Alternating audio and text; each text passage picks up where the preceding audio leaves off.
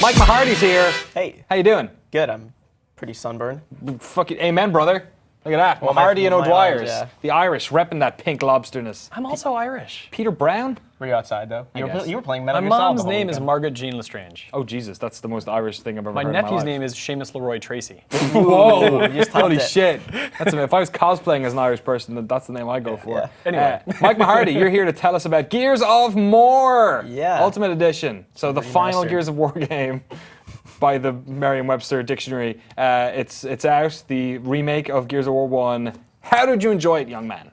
I thought it was a good remake. I think it looks awesome, obviously. The cutscenes are all redone. They even added a few things. You get content that was on PC that was never on console before. Yeah. Pretty cool The boss content that fight. wasn't good enough to make it to the console. Yeah, we never got it before. I never played the game on PC, so it was pretty great to, I mean, I know what happens, but it was great to play it. You know, you get, it's pretty much inserted into Act 5. Yeah. So it still ends when you're fighting Rom on the train. That's a great boss fight we all know and love. Yeah. Jesus, that was Especially on like insane difficulty. I beat all those games on insane. wow. Co-op sometimes. How old are you when Gears of War 1 came out? Gears of War 1, I was a freshman in high school, 15 years old. Oh, shit. So that was my prime. Wow, your prime? Now I'm way too It's old, all I guess. downhill from freshman Yeah. year. It's all downhill. Now I'm just an elderly 23-year-old. So it obviously has a new coat of paint. Looks better, the 60 frames a second in multiplayer and all that. Mechanically, does it still feel like Gears of War 1? Because that game Yeah. came out, like, it feels like an entire era of video games has passed since Gears 1 came Sure. out, because everyone basically took what they did and then iterated on it. So Yeah. does it still feel okay to play? Yeah, Gears of War kind of like marked the pinnacle of third-person shooting, like cover-based as far as that goes. And then, you know, like you have so many people that came after that. But it feels better. And I played 360 recently, the older version. Yeah.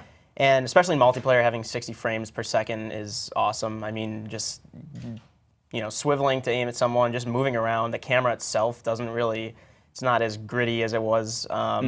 And you know, campaign still feels the same, and it still feels great. It's kind of, it's crazy that it's 9 years after, and it Yeah. still feels like it's one of the better third-person Yeah, shooters out there. does it control like the first game? Because one of the things that I remember playing, I played a bit of this in Germany, was that I wasn't sure if it felt actually like the first game was, or if it's like Gears of War 3, but movement, but in Gears of War 1. Still like the same scheme, but it feels better, definitely. It feels closer to 2 and 3, both of which I think are better games than the first game. It also, there are subtle tweaks to the controls and whatnot. You can't do the down crawl in multiplayer. So if you get down in multiplayer, you can't Right. move. Okay. So in like the later games, you can kind of get behind cover. Wow, I didn't realize that was added. I forgot about that. Yeah, I think it was in 2 and 3, maybe just 3. But yeah, it's multiplayer is still great. There's not much to say about it. It's just 60 frames. They added boxes this map. It's this really small map. It's just pretty much Nasher shotguns, Right. left and right, which is one thing about this game's multiplayer that I didn't remember. It really falls back on those shotgun fights a lot more than 2 from and behind. 3. That was like, yeah. And you know, in order to be good, you kind of have to master not really holding L to aim with a shotgun, or Yeah. if you're going to, just really quick, like quick scope almost. And is that still happening even early in? Because one of the things about Gears and online was that the first 2 weeks were always kind of a gimme. It wasn't so bad, and then after like end of week 2, start of week 3, everyone was just like doing a roll and shotgun move, and everyone was like amazing at it. Is it difficult, or is it sort of an even playing field at the moment? Well, there are those people that really know how to snap between cover, because the good players will, they call it bouncing, I think, and they'll just pretty much use the cover mechanic to move instead of just actually walking or dodging. Yeah, totally. So there'll be people like sweeping between cover and then shooting during that. Right. So it's crazy, and then you know, you see people pulling off like double kills doing that, and I'm not that good. I used to play a lot, but there are definitely top tier players already for sure. I'm not one of them, but try my best. It's a tough game to review. Peter, you're reviews editor for videogames.com.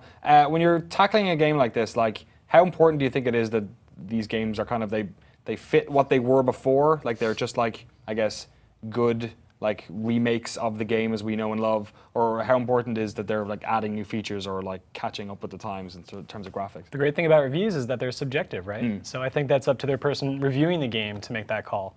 You know, it's a game like Gears of War, like, you know, you've said a few times, like, you know, when it came out, it was innovative. The things it did were interesting, and games have evolved a lot off of that base model for cover-based shooting, and so now those things that used to shine so bright are a little bit duller, and it's okay to say that. Like, you know, if perception changes, that's the way it should be viewed. But again, if somebody really loves that stuff and they don't really care about other games that have come since, like if it doesn't replace their love for this one, then that's good for them. I think ultimately it's important that a game that's released and reviewed is reviewed by the person reviewing it the way they see it. There's no right answer here. I find it telling that, I guess, of the sort of overall value proposition, because I'm a big Gears of War fan. I love all the games. Well, apart from Judgment, that was a bit of a train wreck, and nobody gives a shit about Baird. But I've already mispronounced somebody's name a lot in a video this week. I don't want to do it again. Baird's Tale 4, I think Kickstarter just Yeah, successful. yeah, exactly. Even so, I'm not really that excited about playing this. Like, how much do you think the fact that they've done the 60 frames a second to multiplayer, and how much the fact that they're adding all this free stuff, like if you buy this game before December 31st, you play it before December 31st. Oh, if you play it, right? So even if you get your buddy's That's how they disc, worded it. So I don't know if you could play it and not necessarily own it yourself. But if you have, you basically get the backwards compatibility unlocked on Xbox Live whenever that stuff goes properly live out of beta for all the games, Gears of War 1 the whole way through Judgment. Hold on, I want to be clear here. Are you saying it unlocks the ability to play those games, or you unlock those games? You unlock those games. Okay. Yeah. Because that's very different than what you said. Yeah. They'll be available. You only get the chance to play it. Yeah. Now, how important do you think that is to the overall value proposition for the package? I think if you're a Gears of War fan, this is a great way to get back into it before Coalition releases 4, especially because going back to Gears of War 1, one of the positive things about the campaign that I found, it was much more intimate and personal. The characters are pretty, they're kind of static. There's a few times, later on, you had mentioned earlier, Dom has to shoot his wife in the head in Gears of War 2. And sure does. Yeah, and then 3 comes along, and I think they made more of a consolidated effort to actually characterize these people instead of making them vehicles for the action. Even Anya's in it. Yeah, Anya plays a big part. Anya! And I think that it's a good segue for the Coalition. I know they went back to it to try to figure out what makes a Gears game, what can we do well for 4 with this. And I know that Gears of War 4, one of the big things they're touting is they want to make it more horror-driven and more intimate and personal. The E3 demo they showed, it was kind of really dark. I mean, all the Gears games are dark, but it was so comparatively dark. It was the darkest demo I've ever seen in my goddamn life. Yeah. It's like, what is going on? Yeah, and there's that monster chasing him on the rooftops. And I know that Rod Ferguson was always saying that this is like his team's training camp for Gears of War 4. Right, yeah.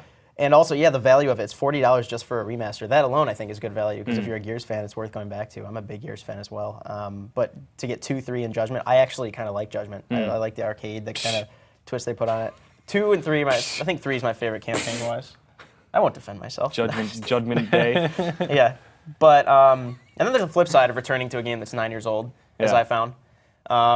I forgot how much of the campaign revolved around going into an area, killing about 10 locusts, or 15, and then you hear a gong sound, and you're like, oh, I'm going to move to the next area, pick up a few frag grenades, pick up some ammo, hopefully find a power weapon, like a sniper rifle, which, unless you're on hardcore and insane. Hammer of Dawn, is the satellite working? Yeah. I can use it here? Yeah, okay. That's a great part. The Berserker is one of those few flashes of brilliance that I still really enjoyed, but come Act 2 out of 5 now, I was just it became a slog later on, because I was just, a lot of shooters have that, it's kill a certain amount of people to get through the, gated progression. Well, Jack needs time to open the door. Yeah, and it's a perfect justification for you they introduced Horde mode, in disguise before 2 came out.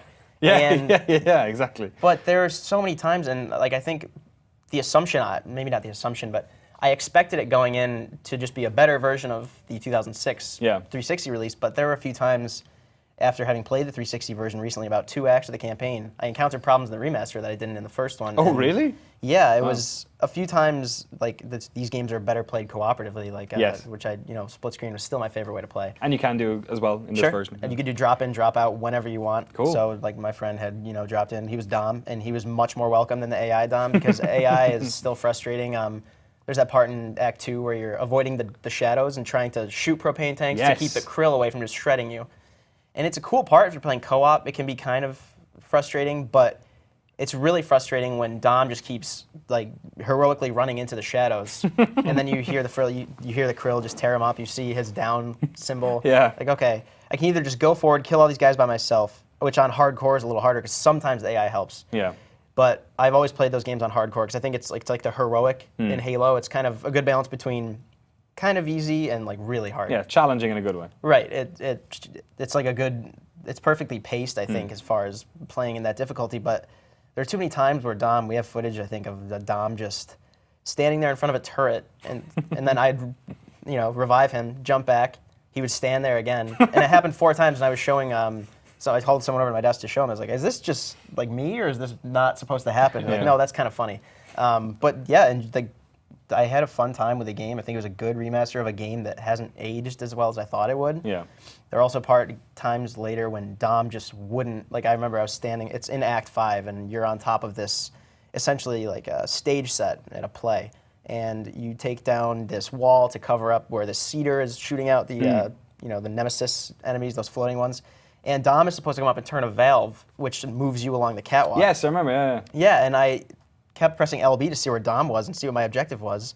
And it was just Marcus saying, "Dom, the stage." I was like waiting, "Dom, the stage." And I think he said it 6 times because I was thinking maybe there's an enemy that he's killing and hasn't killed yet. Yeah. But then I finally found him, like, if you hold LB, it'll show him where he's in. He's just sitting behind cover. And then it's Marcus, "Dom, the stage." And then finally I just reloaded the checkpoint. And that was one of 6 times it happened before the game ended. Wow, Yeah, because, okay. Sounds like the AI is even a little bit rougher than it was first time around. Yeah, or sometimes the cutscenes just wouldn't trigger when I killed everybody. You would hear that gong, and I would go to where the cutscene was supposed to trigger because I have a pretty good memory of the game. I was like, oh, I'm just going toward Marcus, the mansion, his old house. And it wouldn't trigger. So I was like, okay, I think maybe I did something wrong or missed someone. I'm just going to reload it, see if I just kill him faster, get there. Shit, and that kept happening. And I did it, and it didn't work, and then I reloaded. I was like, I think I'm just missing somebody. And then I finally got to the point where I walked up the same area, and then it cut to the cutscene, which was a gorgeous cutscene. It just took a while to get there. Wow, all right, a little bit rough around the edges. As we remember it, maybe, or maybe a little bit worse. Mike Mahardy, thank you so much for coming on, telling us all about Gears of War Ultimate Edition. What score did you give it? I gave it a 7. 7 out of 10. Read that review on GameSpot.com. Mike, it got like an 8 a few years ago. It got a 9.6. How can it only be an 8 if it looks better? I know. I really just wanted to stick it to them and bring it down to 7. Take that, Cliff. Oh wait, you're making your own thing. Yeah, he's not involved anymore. We'll talk about that later. Yeah. At PAX. I'll see you at PAX. You're going to PAX. Don't point to to me. PAX. You're not going We'll to both PAX. be You're going to there. play Metal Gear Solid for the next goddamn 5 months. Yeah. Son of a bitch. Bummer. The rest of us have to wait. Damn. I have to wait like a few extra days. I'm staying in Seattle just for a while. Oh, Mike's got a holiday. Can't fucking... Vacation. Poor guy. Seen a Sounders game. Are you? Seahawks preseason. No. I'm just going to be up there for work stuff. Seattle Sounder. Is Such a liar. What's a sounder? Is that a ship or something? They just took the name of a body of water and added ER. Oh yeah, it's called a sound. Puget Sound. Yeah, Puget Sound. They're gonna build a bridge across the Puget Sound made out of aircraft carriers. See that shit?